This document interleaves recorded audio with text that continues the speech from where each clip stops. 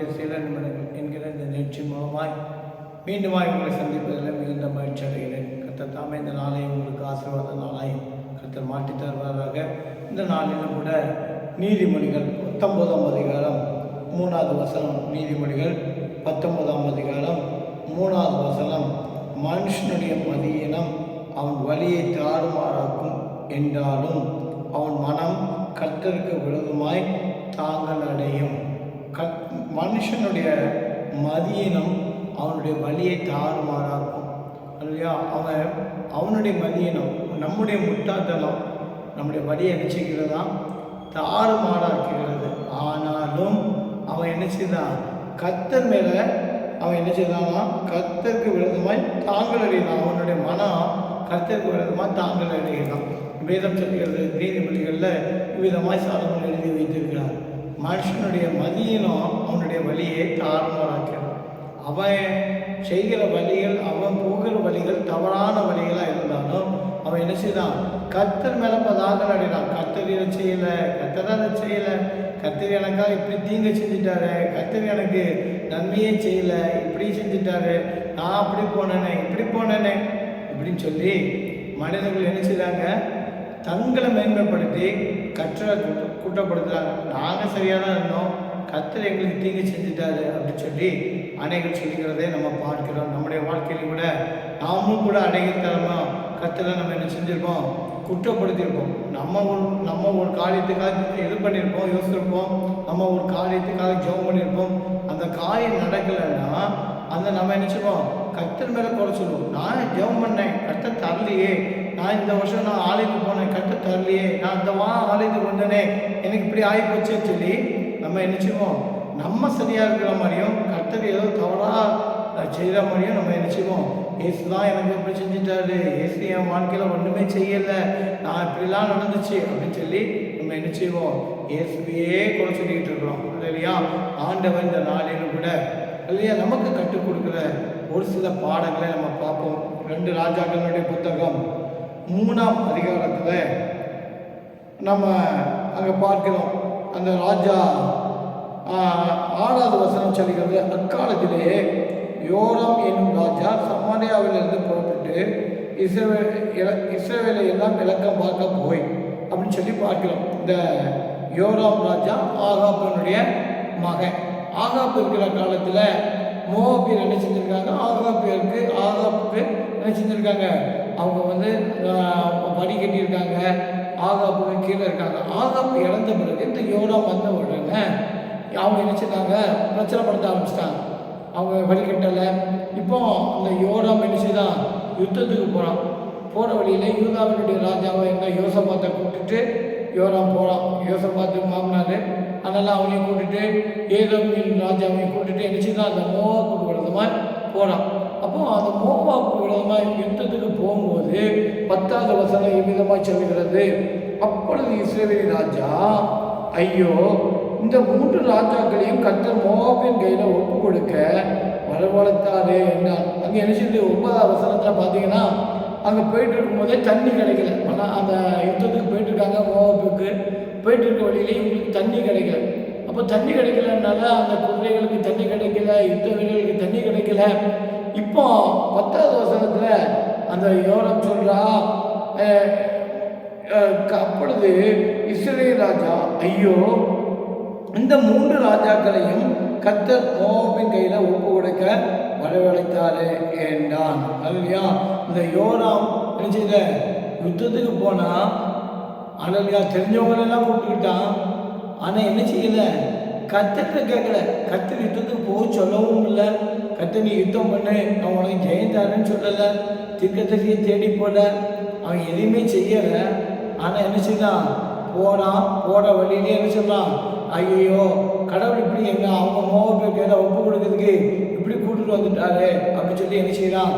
கர்த்தர்களுக்கு மனத்தாங்கள் அடையலாம். நீதிமொழிகளில் சொல்கிறோம், மனுஷனுடைய மாறுபாடான வழிகள் அவனை என்ன செய்யுமா? தாறுமாறாகும். ஆனால் கர்த்தர் அவனுடைய மனம் என்ன செய்யுமா? கர்த்தர் மேலே தாங்கள் அடையுமா? கர்த்தரை குறை சொல்லுமா. இவன் என்ன செய்தான், இவனே யுத்தத்துக்கு போயிட்டான், இவனே யுத்தத்துக்கு போயிட்டு இவனே சொல்றான் என்ன செய்தான், கர்த்தர் யோவாபுக்கு என்ன நினைச்சிட்டாரு, ஒப்பு கொடுக்க கூட்டிட்டு வந்துட்டாரு அப்படின்னு சொல்லி சொல்றான் இல்லையா. ஆனால் யூதாவின் ராஜா தேவனுக்கு பயந்த மனுஷன். அவன் சொல்றான் யோசபாத், அப்பொழுது யோசபாத் நாம் கர்த்தரிடத்திலே விசாரிக்கும்படிக்கு கர்த்தருடைய தீர்க்கதரிசி ஒருவரும் இங்கே இல்லையா என்று கேட்டதுக்கு, எலியாவின் கைகளுக்கு தண்ணீர் வார்த்த சாப்பாத்தின் குமாரனாகிய எலிசா இங்கே இருக்கிறான் என்று இஸ்ரவேலின் ராஜாவின் ஊழியக்காரர் ஒருவன் மறுபடியாக சொன்னான். அல்லையா, அங்கே ஒரு தீர்க்கதரிசி இருக்கிறான்னு சொல்லி அந்த யோசபாத்துக்கு அறிவிக்கப்படுகிறது. நம்முடைய வாழ்க்கையிலும் கூட அல்லையா, இவன் யோராம் என்ன செய்தான், தேவனை தேடல, தேவனுக்கு மகிமைப்படுத்தலை, தேவனுடைய ஆலோசனை கேட்கல. ஆனால் அவன் என்ன சொல்றான், எங்களை ஒப்பு கொடுக்கறதுக்கு கர்த்தருக்கு போட்டுட்டு வந்துட்டான்னு கர்த்தர் மேலே குறை சொல்றான். எலிசா இஸ்ரவேலின் ராஜாவை பார்த்து, எனக்கும் உமக்கும் என்ன, நீர் உன்னுடைய தகப்பனுடைய தீர்க்கதரிசிகளுக்கு உன்னுடைய தாயான தீர்க்கதரிசிகளுக்கும் போம் என்றான். அதுக்கு இஸ்ரவேலின் ராஜா, அப்படி அல்ல, கர்த்தர் இந்த 3 ராஜாக்களையும் மோவாபின் கையில் ஒப்பு கொடுப்பதற்கு வரவழைத்தார் என்றார். அல்லையா, அங்கேயும் பாருங்க, தீர்க்கதரிசியை பார்க்குறாங்க, தீர்க்கதரிசியை பார்த்து சொல்கிறான் இல்லையா, நாங்கள் இந்த 3 பேரும் கர்த்தர் என்ன செஞ்சுட்டாரு, இங்கே கொண்டுட்டு வந்துட்டாரு. எதுக்கு, மோவாபின் கையில் ஒப்பு கொடுக்கறதுக்கு கொடுத்த கொண்டுட்டு வந்துட்டாரு இல்லையா. அப்போ கூட அவனுக்கு மனம் திரும்பணுங்கிற எண்ணமே வரல. சிலவங்களுக்கு பாருங்க, அடி மேலே அடி விழுந்தாலும் என்ன செய்வாங்க இல்லையா, ஆண்டவர் கர்த்தரையே குறை சொல்லிட்டு இருப்பாங்க. எப்போ பார்த்தாலும் அவர் சரியில்லை, அவர் சரியில்லை, அவர் சரியில்லைன்னு சொல்லி அல்லையா. நீதிமொழிகளில் பார்க்கிறோம், மாறுபாடான அவனுடைய எண்ணங்கள் நினைச்சுக்கிறதா அவனுடைய வழியை தாறுமாறாக்குகிறது. கர்த்தர் அவனுடைய மனம் நிச்சயமா கர்த்தர் வேலை தாங்கலடையும் அல்லையா. இந்த யோராம் அல்லையா, அவன் தேவ பயமே இல்லை, தேவனுக்கு பிரியமில்லாதவன். வசனம் சொல்லுகிறது அல்லையா, 2வது வசனம் 3ஆம் அதிகாரம் 2 ராஜாக்கள் 3ஆம் அதிகாரம் 2வது வசனம் சொல்லுகிறது, கர்த்தருடைய பார்வைக்கு பொல்லாப்பானதை செய்தான் இந்த யோராம் ராஜா. கர்த்தருடைய பார்வைக்கு நன்மையான காரியத்தை ஒன்றுமே செய்யலை, நாம் வாழ்க்கையில் செஞ்சதெல்லாம் தவறு.